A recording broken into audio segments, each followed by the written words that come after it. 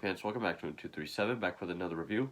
And this is a film that I picked this up yesterday, but I've seen it before. I saw this on Hulu probably 2 or 3 years ago. I meant to review it then, but for whatever reason, I never got around to it. And I did not realize then that it was an A24 film. So when I was actually going through A24's catalog, I was like, oh shit, I totally did not realize that was A24. And as I say every time, when it comes to modern horror films, they're my absolute favorite company. They're not all hits, but for the most part, I love most A24 films I've seen. They're some of my favorite horror films and films since 2010, at least. And I totally forgot about this one. And it was one that I really enjoyed when I first saw it, and it's one that I enjoyed upon a second viewing just now, and it's 2015's Green Room with Anton Yelchin, may he rest in peace, Patrick Stewart, and Imogen Poots.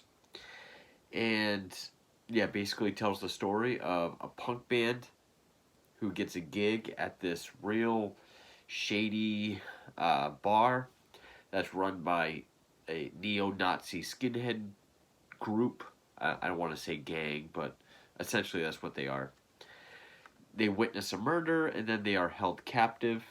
And then when the neo-Nazi leader, played by Stewart, decides to get rid of them and all witnesses, it's a fight for survival. And most of the film takes place in the bar's green room.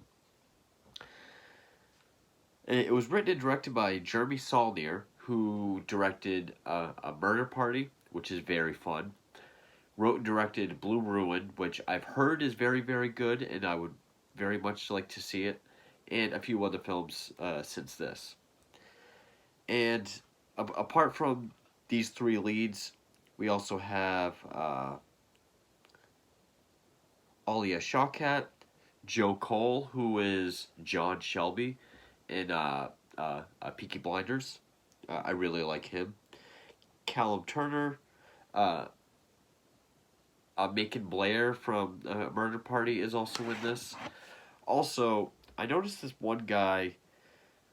He's one of the neo-Nazi guys. Eric Edelstein plays Big Justin. He's the bouncer. He played a Spitter in the Hills Have Eyes 2, the newer Hills Have Eyes 2. The Sean Porter did the cinematography, and the music was done by Brooke and Will Blair, and of course put out by A24. Sadly, it was made for $5 million, which this movie looks great for $5 million. Sadly, it only grossed 3.8. I don't think it got that wide of a release. It got a wider release than other A24 films, I think, at the time. But yeah, this movie it looks awesome, very well made. For the most part, well acted, but I will get to that. And I know a big issue a lot of people have with A24 is they think it's pretentious or too artsy. They think A24 films are self-indulgent, up its own ass, preachy, full of symbolism and metaphors and hidden messages. Which, one, I don't think that's a reason to denounce a film unless all those things don't land. But just to say a movie's bad because it's pretentious, which to me, that just says a movie is better made and therefore they think it's full of itself. God forbid a movie is better written or crafted than your average wide theatrical release. I used to call movies pretentious. Some I still will. Darren Aronofsky's Mother, the films of Lars von Trier, but I think he does it in a more ironic way. A lot of A24 films I don't see as pretentious. Maybe Midsummer, but actually, yeah, I will say Midsummer. But other ones, I just see them as well written, well crafted, well made, and for some reason that strikes a chord, like a bad chord with people, and they think well made is pretentious and that it's full of itself. This one, not so much. This is probably the most straightforward A24 film that I've seen thus far, but it's still very well made. I mean, it looks great. The cinematography, the way it's shot, very well done. It has this very bleak, just downer tone to it that really goes along with the nihilistic, just tone of the film. Which it takes place in the Pacific Northwest, so of course it's rainy. So it just has this constant like gray overcast. Even the interiors of the setting has this very like green, grimy, almost like a Saw movie type look to it. Maybe not that saturated, but kind of along the same line. But that just fits in with just the overall dreary, bleak feel of the entire film. Very nihilistic. I mean, characters are super expendable in this film. Even Patrick Stewart with his own men, his own people, just they're kind of like flies to him. Just go in there and kill them. Oh, they're killed. Oh well. Uh, to talk about the cast, and Patrick Stewart, he does do a good job. I did like him in this.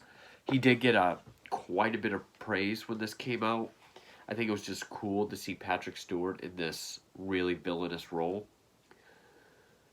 But he's more like a Jigsaw type villain, only in his demeanor. He's very calm, cold, collected, very calculating, always kind of telling people what he wants done. But that therefore it makes it more effective when he does get mad at someone and kind of yell or put his hands on someone. It is more jarring because of that. Anton Yelchin, I think, did fine. Again, may he rest in peace. Taken way too soon. Imogen Poots, she was an actress I used to think was a very talented young actress. I still like her 28 Weeks Later. And then I thought she was kind of hit and miss. I think I used to think, oh, maybe just the films she was in failed her, kind of like the Black Christmas 2019 Black Christmas. I thought maybe it's not her, maybe it's just the material. But the more movies I see her in, the more I just think, not quite to the extent of like a Kristen Stewart or a Rooney Mara, but she is kind of stiff. I mean, she's a good crier. That's basically all I see her good as. Uh, uh, Maybe I just saw her in a few good performances early on. Now I just see her as kind of wooden. They're more bad or take it or leave it than good, I guess. I was actually more impressed with the supporting cast. Like Joe Cole from Peaky Blinders, uh, uh, Alia Shawkat, who is one of the band members, uh, Macon Blair, the bar. No, he's not the bartender. One of Patrick Stewart's guys, and then just all the assorted skinheads that are around. I thought they actually did a better job than not most of them, but certainly Imogen Poots. The violence in the film, I mean, this movie's known for being very brutal, violent, grisly, and it is, but not like a level of Saw. It's not over the top. It's presented in a very matter of fact, realistic way, which therefore you take the situation of it, it just makes it the more grisly. Like when someone gets shot in the head, yeah, they fall and you just kind of see a little bit of blood spurting, which I think was practical, and the practical effects do look good. But you know, so even though it's not quite to the level of Saw in terms of blood and gore, it is realistic, and that can be more effective in a lot of ways. So don't go into it thinking it's going to be just like this brutal blood and guts, slaughterhouse. It it is more realistic, more subtle, I guess if that's a word. But when considering the situation that there's just this building with people in here that these people want dead and these people want to survive, and everyone is just as expendable as the next one, uh, death is just a means of surviving and doing what you're told. So that really just kind of adds to the bleakness, the nihilism, but also the effectiveness of the violence itself. Another thing it does well is the way it treats the characters. Now, I will say the characters are not fleshed out. Uh, you don't really get a whole lot of actual character within the characters. I mean, sure, the drummer, Joe Cole, you could say he's a bit of a hothead. Uh, Other than that, there's not really a whole lot of actual defining features within the characters. But, and yes, horror movies, people are supposed to do stupid things so that the plot can continue and they can die. Here, you have people actually doing smart things, or actually trying all avenues for how to escape. They're actually trying to do something.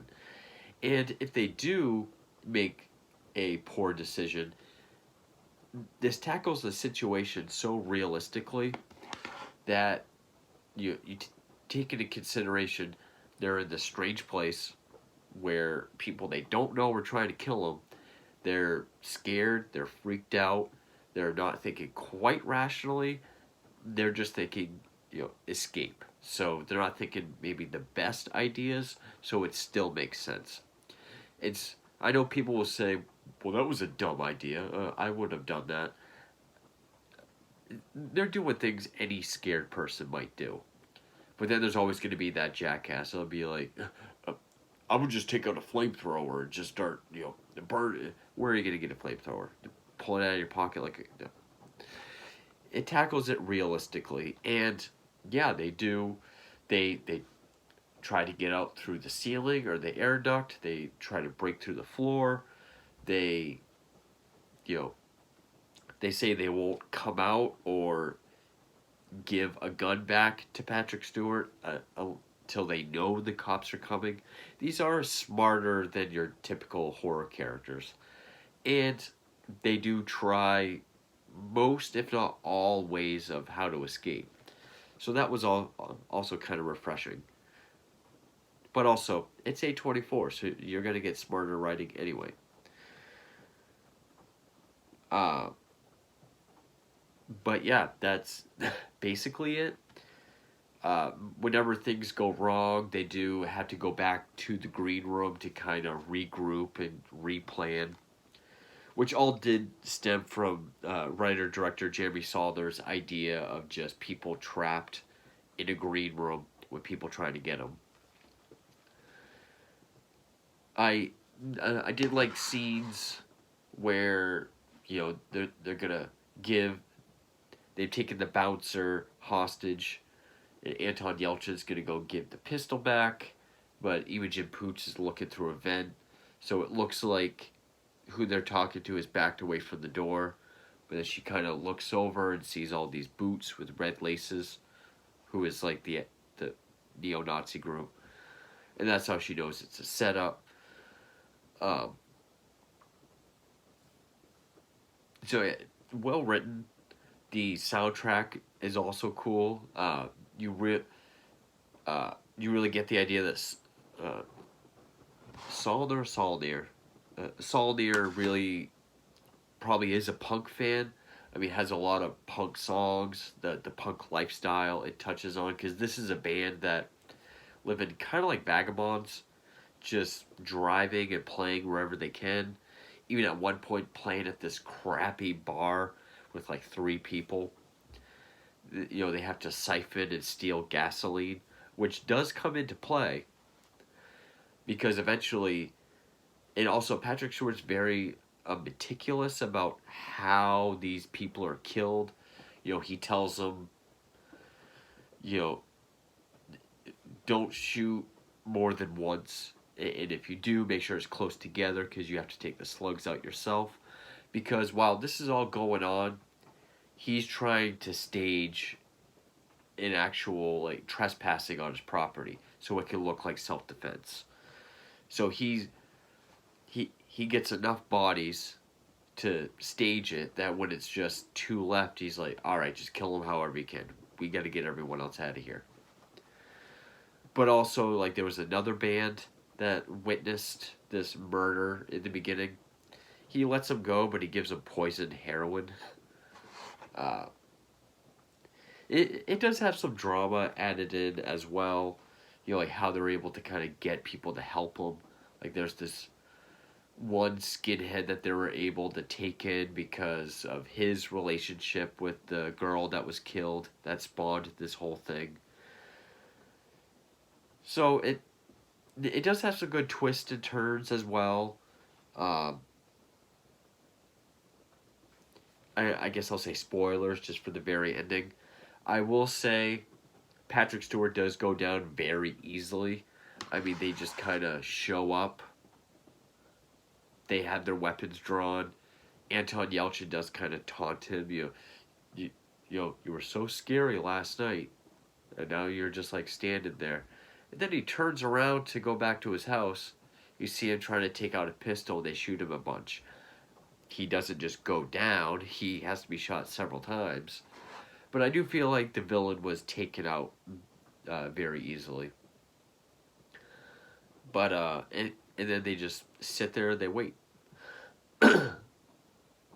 But and another thing I thought of that doesn't just make these sort of faceless characters, that does add some sort of humanity or some levity, is that they all play this game with each other. Desert island bands, where you just go around and say the one band, if you were stuck on a desert island, who would it be? They do it when they're hanging out in the beginning. They do it right before they're about to charge out the door to escape for the first time. And then it ends with a Creed song, which I never did finish that thought. The soundtrack, you got songs by Napalm Death, Obituary. It ends with a CCR song, which is awesome. And then you get a lot of punk stuff like Bad Brains. The band members in this movie actually either already knew or learned how to play instruments and play the songs that their band plays in the movie, so I thought that was cool. So yeah, while it might not be the metaphor-filled A24 film that you might expect, it's still a very well shot, very well composed, very well made, for the most part, extremely well acted A24 film about survival. Uh, has smarter characters. Um, it definitely more straightforward. It is as brutal and grisly as the hype has built it up to be, but not in a Saw or Hostel kind of way. More, more like it's shown realistically and matter of factly, and then with just the nihilistic, bleak tone overall of the film, it just adds to that visceral, just gruesomeness of the violence.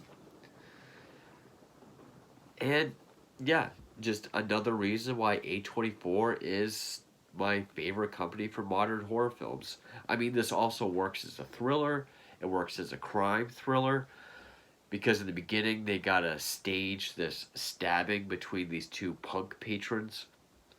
Because Anton Yelchin is able to get to a phone and call the cops before they uh, get them all together, shove them in the green room.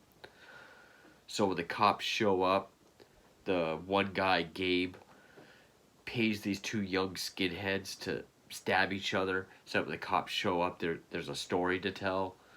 So it has thought of almost every angle story wise, which I appreciate.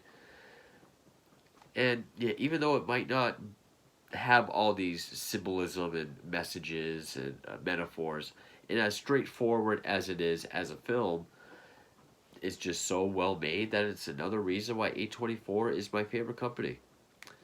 I liked it a few years ago when I saw it on Hulu, and I still really enjoyed it. Would it be in my top five A24 films? Probably not, but still very enjoyable. I think this brings me up to like 13 or 14 A24 films in my collection now. I do have a list of their whole catalog of ones that I want to get, so it's probably already on my list. But yeah, May May Anton Yelchin, rest in peace. He was taken too soon, but that's 2015's Green Room by A24. Thank you for watching.